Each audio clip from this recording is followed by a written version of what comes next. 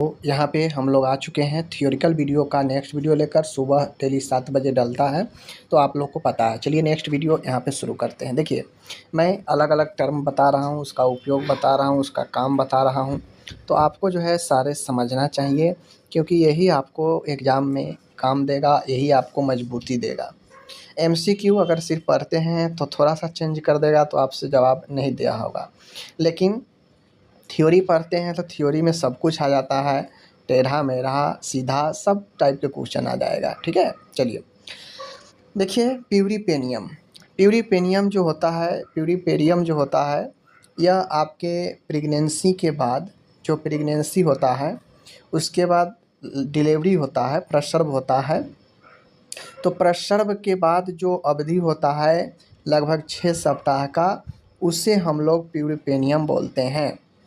ठीक है, प्रसवोत्तर मतलब प्रसव के बाद। इस दौरान माँ का शरीर गर्भ अवस्था से पहले की स्थिति में वापस लौटने लगता है। तो बेसिकली जो प्यूरीपेनियम होता है यह डिलीवरी यानी प्रसव के बाद की अवधि होती है, और आमतौर पर जन्म के बाद 6 सप्ताह तक जो अवधि होता है उसे हम लोग प्यूरीपेनियम कहते हैं। इस अवधि के दौरान जो महिला है उसके गर्भावस्था के पहले की स्थिति में लौटने लगता है। ठीक है ना। प्यूरीपेनियम जिसे प्रसवोत्तर अवधि भी कहते हैं, यानी प्रसव के बाद की अवधि कहते हैं, वह समय जब माँ शरीर गर्भावस्था और प्रसव के दौरान जो भी परिवर्तन होता है उससे महिला उबरने लगती है और अपनी पूर्व गर्भ अवस्था यानी गर्भावस्था से पूर्व की स्थिति में वापस आने लगती है। ये वैसा अवधि होता है। ठीक है, इस अवधि में निम्नलिखित मुख्य परिवर्तन होते हैं। कौन कौन सा परिवर्तन होते हैं? तो इस अवधि में जो 6 सप्ताह होता है प्रसव के बाद, डिलीवरी के बाद, इसमें जो परिवर्तन होते हैं, गर्भाशय संकुचन, जो यूट्रस का कंट्रैक्शन होता है, संकुचन, उसमें परिवर्तन होता है। गर्भावस्था से पहले के आकार में वापस आने लगता है। मतलब इस अवधि में जो भी परिवर्तन होता है वो होने लगता है। जो महिला पहले की स्थिति रहती है, प्रेगनेंसी से पहले की स्थिति, उस स्थिति में वापस लौटने लगती है। तो जो गर्भाशय का संकुचन होता है, जो गर्भाशय का आकार होता है, वो प्रेगनेंसी के पहले के वापस आकार में आने लगता है। इसमें हार्मोनल जो परिवर्तन गर्भावस्था के दौरान होता है, प्रेगनेंसी के दौरान, वह जो हार्मोनल बढ़े हुए स्तर होते हैं, बहुत सारे हार्मोन का स्तर प्रेगनेंसी के दौरान बढ़ जाता है, तो उस स्तर में कम होने लगता है हार्मोन। ठीक है, जो स्तनपान होता है, यदि माँ स्तनपान करा रही है तो दूध उत्पादन शुरू हो जाता है और स्तनपान की प्रक्रिया स्थापित हो जाती है इस दौरान। ठीक है, जो कि प्रेगनेंसी से पहले नहीं होता है। शारीरिक परिवर्तन में अन्य परिवर्तन देखे जाते हैं, जैसे वजन कम होने लगता है, जो पेट पर अत्यधिक फैट चढ़ा होता है, मांसपेशी, वह अपनी जगह पर आने लगता है, आदि अलग अलग जो चीज़ें हैं पूर्व की अवस्था में आने लगता है। ठीक है, अब उसके बाद है एमनियोटिक द्रव्य में भी परिवर्तन होता है। ठीक है, एमनियोटिक द्रव हम लोग जो है अब यहाँ पे पढ़ते हैं। एमनियोटिक द्रव को उल्ब द्रव भी कहते हैं। ठीक है, हिंदी में इसे उल्ब द्रव भी कहा जाता है। गर्भोदक इसे द्रव भी कहते हैं, गर्भ के दौरान होता है। गर्भावस्था के दौरान गर्भाशय यूट्रस में भ्रूण को चारों ओर घेरने वाला यह तरल पदार्थ होता है। यह लिक्विड फॉर्म में होता है। इसका कलर जो है सुनहरे कलर का होता है। ठीक है, तरल पदार्थ एक कुशन की तरह काम करता है, ग्रीस की तरह, जो बच्चे को चोट से बचाता है, उसे विकास में, बढ़ने में, हिलने डोलने में मदद करता है। कौन? Amniotic fluid. एमनियोटिक फ्लूइड का काम है बच्चे को सुरक्षा देना, चोट से, झटका से, तापमान से सुरक्षा देना। एमनियोटिक फ्लूइड का काम है यह गतिशीलता भी प्रदान करता है, यानी बच्चे को इधर से उधर स्वतंत्र रूप से घूमने में मदद करता है, क्योंकि बच्चा को तो पैर रहता नहीं है, तो बच्चा उसमें तैरते रहता है द्रव में, तो इधर से उधर जो है आराम से करता है। ओके, अब इस द्रव के होने से विकास भी संभव है। फेफड़ा, गुर्दा, पाचन तंत्र जैसे अंगों का विकास में महत्वपूर्ण भूमिका निभाता है एमनियोटिक फ्लूइड। ठीक है, एमनियोटिक फ्लूइड तापमान को बनाए रखता है, तापमान नियंत्रण भी करता है। एमनियोटिक फ्लूइड संक्रमण से भी बचाता है। ठीक है, तो इन बातों को ध्यान में रखना है। और एमनियोटिक द्रव के बारे में कुछ और चीज़ें जानिए। इसका उत्पत्ति कैसे होता है भाई? यूट्रस के अंदर चारों बगल से इसके अंदर बच्चा है, चारों अंदर से द्रव है, एमनियोटिक फ्लूइड। तो आखिर ये कहाँ से बनता है, कहाँ से आता है द्रव? तो गर्भावस्था के दौरान यानी प्रेगनेंसी के शुरुआती हफ्तों में यह तरल पदार्थ ज़्यादातर माँ के शरीर से आता है, ठीक है, ज़्यादातर माँ के शरीर से आता है। लेकिन बाद में यह भ्रूण के मूत्र और फेफड़ों से भी बनता है, समझ गए, जब भ्रूण विकास होने लगता है तब। मात्रा कितनी होती है? तो इसकी समान मात्रा गर्भ अवस्था के दौरान बदलती रहती है, लेकिन आमतौर पर लगभग 500 से लेकर जो है 1000 मिली जो है लीटर तक होता है, ये इतना रेंज में, ठीक है ना। रंग इसका सुनहरे हल्के पीले कलर का होता है। यदि यह हरा तथा भूरा है तो इसका मतलब हो सकता है कि बच्चे ने मेकोनियम पहला मल पारित किया हो, ठीक है। तो इन चीज़ों को ध्यान में रखना है। अब यहाँ पे मैं बता दूँ, जब पूरा प्री टर्म जब पूरे प्रेगनेंसी अपने अंतिम चरण पर होता है, पूर्ण अवधि का हो जाता है, तो एमनियोटिक फ्लूइड की मात्रा 600 से लेकर 800 मिली होती है, ठीक है। और इसका नेचर जो होता है वो आपका बेस होता है, क्षारीय होता है। इसका अपेक्षिक घनत्व जो होता है 1.010 होता है। याद रखिएगा, पूछता है कि एमनियोटिक फ्लूइड का जो है अपेक्षिक घनत्व कितना होता है, तो 1.010, ठीक है। ये अवधि पर इसका रंग सुनहरा हो जाता है, यही मैंने बताया कि इसका रंग सुनहरा होता है, ठीक है। अब हम लोग आते हैं यहाँ पे सूचर्स के बारे में। बच्चे के जो खोपड़ी होता है उसमें ज्वाइंट को हम लोग सूचर्स बोलते हैं। तो वो सूचर्स कौन कौन से सूचर है देखिए। पहला है फ्रंटल सूचर। तो जैसे ही आपसे एग्जाम में कैसे पूछेगा कि फ्रंटल सूचर किन दो हड्डियों के बीच पाया जाता है। अगर कोई ज्वाइंट होगा तो भाई दो हड्डियों के बीच में ही होगा। तो बेसिकली जो खोपड़ी का ज्वाइंट है बच्चा का, उस ज्वाइंट संधि को ही सूचर्स कहा जाता है, ठीक है। तो आपसे एग्जाम में पूछेगा कि फ्रंटल सूचर किन दो हड्डियों के बीच में पाया जाता है। तो खोपड़ी में दो फ्रंटल हड्डियों के बीच जो पाया जाने वाला सूचर होता है उसे फ्रंटल सूचर कहते हैं। यानी दो फ्रंटल हड्डियों के बीच में जो सूचर होगा वो फ्रंटल ही होगा। तो ये याद करना आसान है, ठीक है। चलिए, अब आ गया कोरोनल सूचर। तो कोरोनल सूचर किन दो हड्डियों के बीच में होगा? तो कोरोनल सूचर जो होता है वह फ्रंटल और पेराइटल, यानी फ्रंटल और पेराइटल के बीच में आपका जो है कोरोनल सूचर होता है। इसको दिमाग में बैठा लीजिए, क्वेश्चन यहाँ से पूछता है, लोग कन्फ्यूजन होते हैं। सेजाइटल सूचर की बात करेगा तो दो पेराइटल के बीच में एक सेजाइटल होता है। तो देखिए, दो आसान है याद करना। दो पेराइटल हड्डियों के बीच में सेजाइटल सूचर पाया जाता है और दो फ्रंटल बोन के बीच में एक फ्रंटल सूचर पाया जाता है। तो दो पेराइटल कहेगा तो sagittal, parietal sagittal, parietal sagittal, ठीक है। और फ्रंटल कहेगा तो फ्रंटल, फ्रंटल हड्डियों के बीच तो फ्रंटल सूचर, और पेराइटल बोन के बीच तो सेजाइटल सूचर, ठीक है। याद रखिएगा, ये दोनों याद है, आसान करना। तो अब बच जाता है दो। तो लंबॉइड सूचर की बात करेगा तो वह ऑसिपिटल और दो पेराइटल के बीच लंबॉइड पाया जाता है। तो ऑसिपिटल और पेराइटल के बीच लंबॉइड, ठीक है, लंबॉइड। और कोरोनल कहेगा तो आप देख लीजिए फ्रंटल और पेराइटल के बीच कोरोनल। तो ये दोनों में कन्फ्यूजन है, तो इन दोनों को याद रख लीजिए कि फ्रंटल और पेराइटल कहेगा तो कोरोनल, और दो पेराइटल और ऑसिपिटल कहेगा तो लंबॉइड हो जाएगा, ठीक है। तो इस प्रकार से ये चार सूचर्स दिमाग में बैठा लीजिएगा, तो एग्जाम में आपको 1 नंबर मिल सकता है। अब हम लोग बात करते हैं फ्रंटली, ठीक है ना। एंड देखिए, दो फ्रंटली होता है, दो फ्रंटली होता है, एक आपका आगे का और एक पीछे का, ठीक है। एक आगे का एक पीछे का। फ्रंटली बेसिकली जो सूचर आप लोग देखे हैं ना, खोपड़ी में हड्डी होता है, तो हड्डी ज्वाइंट है, लेकिन उस ज्वाइंट के बीच में एक जो है गैप पाया जाता है, गैप। आगे भी गैप होता है और पीछे भी गैप होता है खोपड़ी में, ठीक है। खोपड़ी में ये आगे भी गैप होता है, पीछे भी। जैसे देखिए, ये अपन खोपड़ी है, ठीक है, ये खोपड़ी है, इधर से ज्वाइंट हो गया, इधर से ज्वाइंट हो गया, इधर से ज्वाइंट हो गया। तो इस बीच में जो जगह हो गया, इसी को जो है हम लोग फॉन्टनेली बोलते हैं, ठीक है, फॉन्टनेली बोलते हैं। इधर भी जो है होगा, इधर भी होगा, और इधर से भी होगा, और इधर से भी होगा, और इधर भी होगा, तो ये पीछे भी हो गया। तो ये जो गैप होता है खुला रहता है, तो इसी को हम लोग फॉन्टनेली बोलते हैं। आगे होगा तो एंटेरियर फॉन्टनेली और पीछे होगा तो पोस्टेरियर फॉन्टनेली। ठीक है, चलिए, तो आगे का जो फॉन्टनेली है यह डायमंड शेप की तरह होता है, याद रखिएगा। ठीक है, पूछता है कि एंटेरियर फॉन्टली का जो शेप होता है किस शेप में होता है, तो डायमंड शेप में। इसे हम लोग ब्रेगमा भी कहते हैं। ठीक है ना, एंटेरियर फॉन्टली को हम लोग ब्रेगमा भी कहते हैं।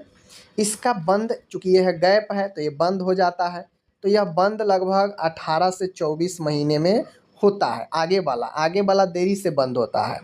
जबकि इसकी लंबाई की बात करेगा तो 3 से 4 सेंटीमीटर होगा। तो ये इम्पोर्टेंट था एंटेरियर फॉन्टनेली के बारे में।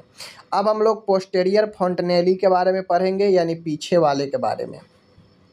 तो यह एक ट्राइंगुलर शेप में होता है, त्रिनोकाकार जो होता है, और इसे हम लोग लैम्बडा के नाम से भी जानते हैं। ठीक है, एंड पोस्टेरियर फॉन्टली को लैम्बडा भी कहते हैं। और इसका बंद होने का समय 6 वीक्स यानी लगभग 1.5 जो है महीना होता है, और इसकी लंबाई 1 से 1.5 जो है सेंटीमीटर होता है।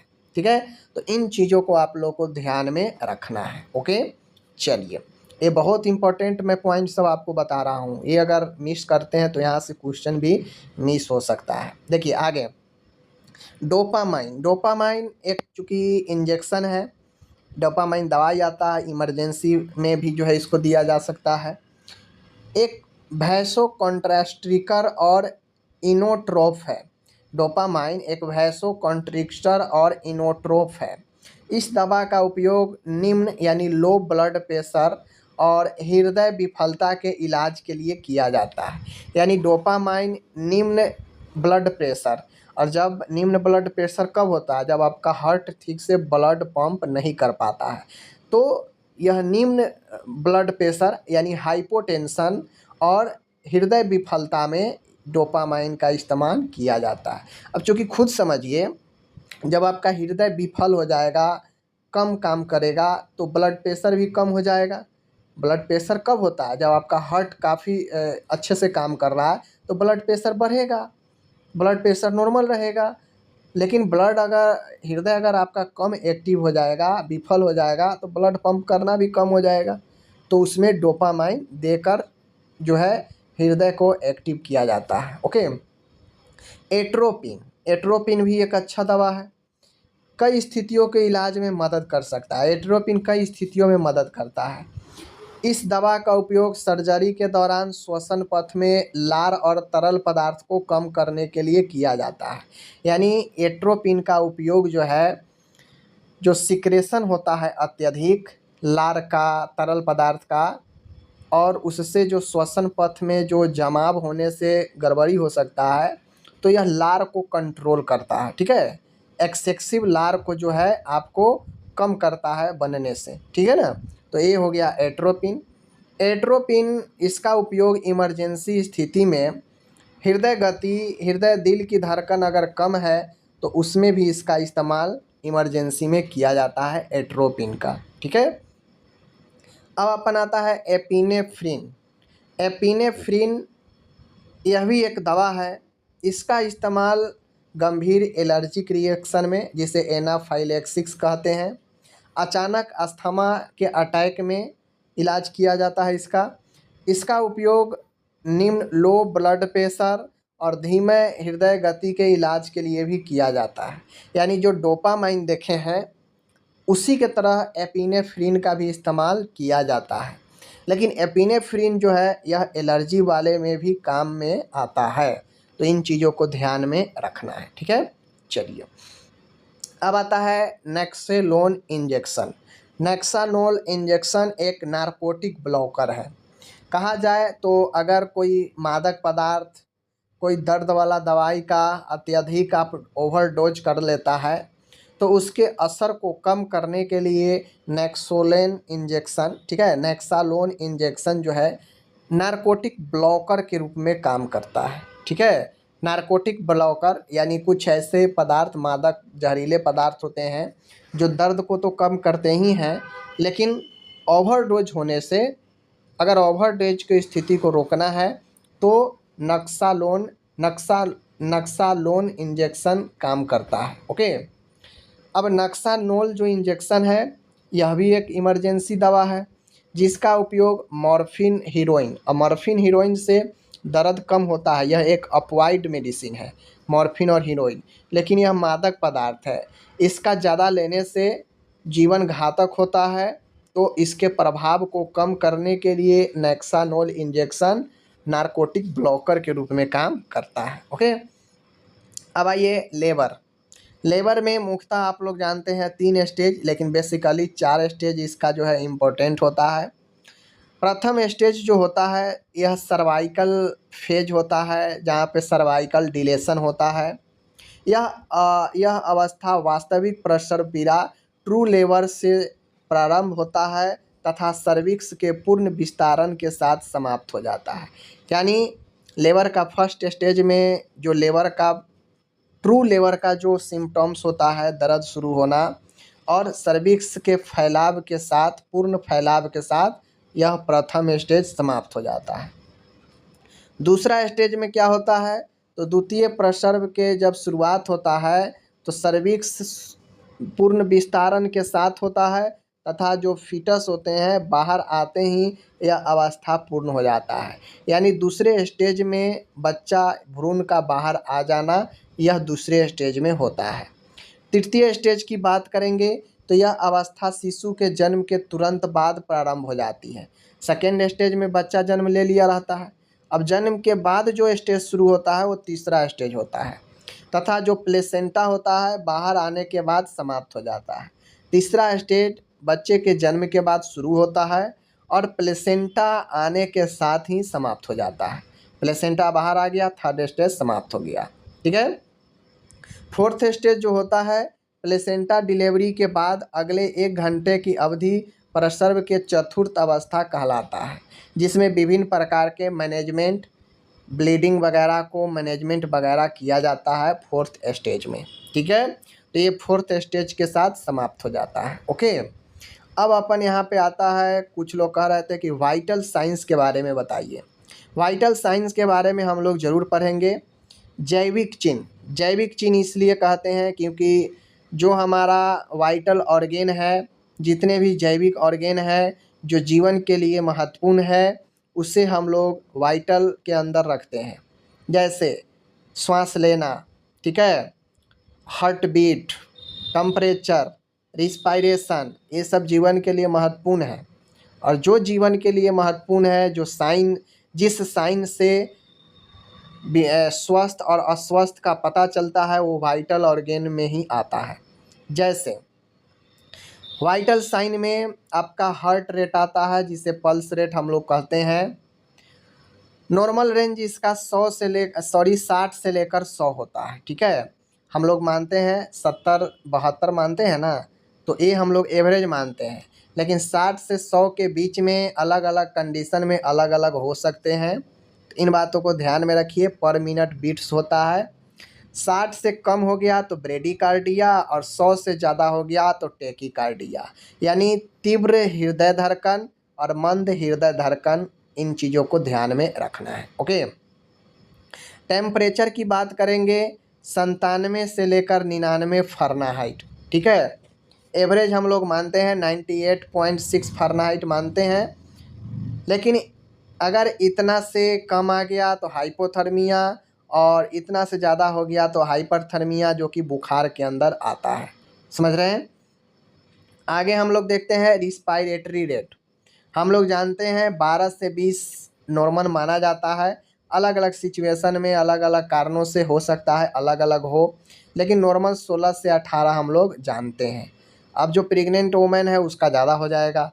ठीक है, इन बातों को ध्यान में रखिए। फिजिकल एक्टिविटी में बढ़ जाएगा, तो इसीलिए मैंने बताया कि इतना के बीच में होता है। ब्लड प्रेशर की बात करेगा तो जो बीपी होता है वो आपका पता होना चाहिए कि 120/80। ठीक है, इन बातों को ध्यान में रखिएगा। mm/Hg, यूनिट mm/Hg होता है। अब जो ऊपर वाला होता है सिस्टोलिक होता है, नीचे वाला डायसिस्टोलिक होता है। ऊपर वाला 90 से 120 है तो नॉर्मल है, नीचे वाला 60 से 80 है तो नॉर्मल है। अगर ऊपर वाला में 130 भी मान ले तो ठीक है, और नीचे में अगर 90 भी मान ले तो ठीक है। ठीक है।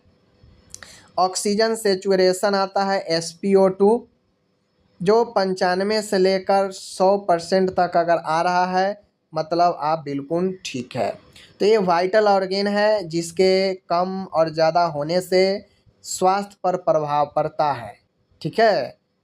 वाइटल साइन वैसा चिन्ह जिसके कम और ज़्यादा होने से डायरेक्टली स्वास्थ्य पर इफेक्ट पड़ता है, वाइटल साइन होता है। जैविक चिन्ह जो वाइटल ऑर्गेन के द्वारा प्रदर्शित किए जाते हैं, जो जीवन के लिए एक महत्वपूर्ण जो है ऑर्गेन्स होते हैं, वही वाइटल साइन प्रदर्शित करते हैं। ठीक है। चलिए अब एक और यहाँ पे इम्पोर्टेंट है इंजेक्शन एंगल, यानी जो इंजेक्शन लगता है अलग अलग एंगल पर लगता है, आप लोग देखते होइएगा कौन किस एंगल पर लगता है, एक बार पढ़ लीजिए। देखिए इंट्रामस्कुलर अगर मांस में लगाना हो तो डायरेक्ट सीधा मारिए 90 डिग्री पर। ठीक है। अगर आपको सबक्यूटेनियस अधस्वत्वचीय यानी ज़्यादा डीपली मांस में भी नहीं मारना है, ऊपर फैट वाला एरिया में मारना है, सबक्यूटेनियस मार्क से दीजिए, यानी ऐसे दीजिए। ठीक है, हल्का सा तिरछा मारकर। इंट्रावेनस की बात करेगा माय डियर, तो इंट्रावेनस देख लीजिए 15 से 30 डिग्री पर, जो कि भेन में दिया जाता है। समझ गए, कहाँ दिया जाता है? भेन में दिया जाता है इंट्रावेनस। तो जो कैथेटर वगैरह लगाते हैं, जो आप लोग यहाँ पे देख लीजिए, मैं बताता हूँ, जो कैनुला वगैरह लगाते हैं, कैनुला वगैरह इसी इंट्रावेन के माध्यम से ही लगता है, समझ लीजिए। उसके बाद इंट्राडर्मल जो त्वचा में दिया जाता है, त्वचा के नीचे इंट्राडर्मल 10 से 15, तो त्वचा के नीचे 10 से 15, भेन में 15 से 30, सबक्यूटेनियस 45 से 90, इंट्रामस्कुलर 90। ठीक है, इन बातों को ध्यान में रखना है। ओके ना। अब यहाँ पे आप लोग समझ लीजिए, ये त्वचा है, त्वचा में इंजेक्शन देना है। सबसे नीचे मसल्स होता है, ऊपर में होता है सबक्यूटेनियस, और डर्मिस अपन जो होता है वो आपके यहाँ वाला, और एपिडर्मिस सबसे ऊपर वाला।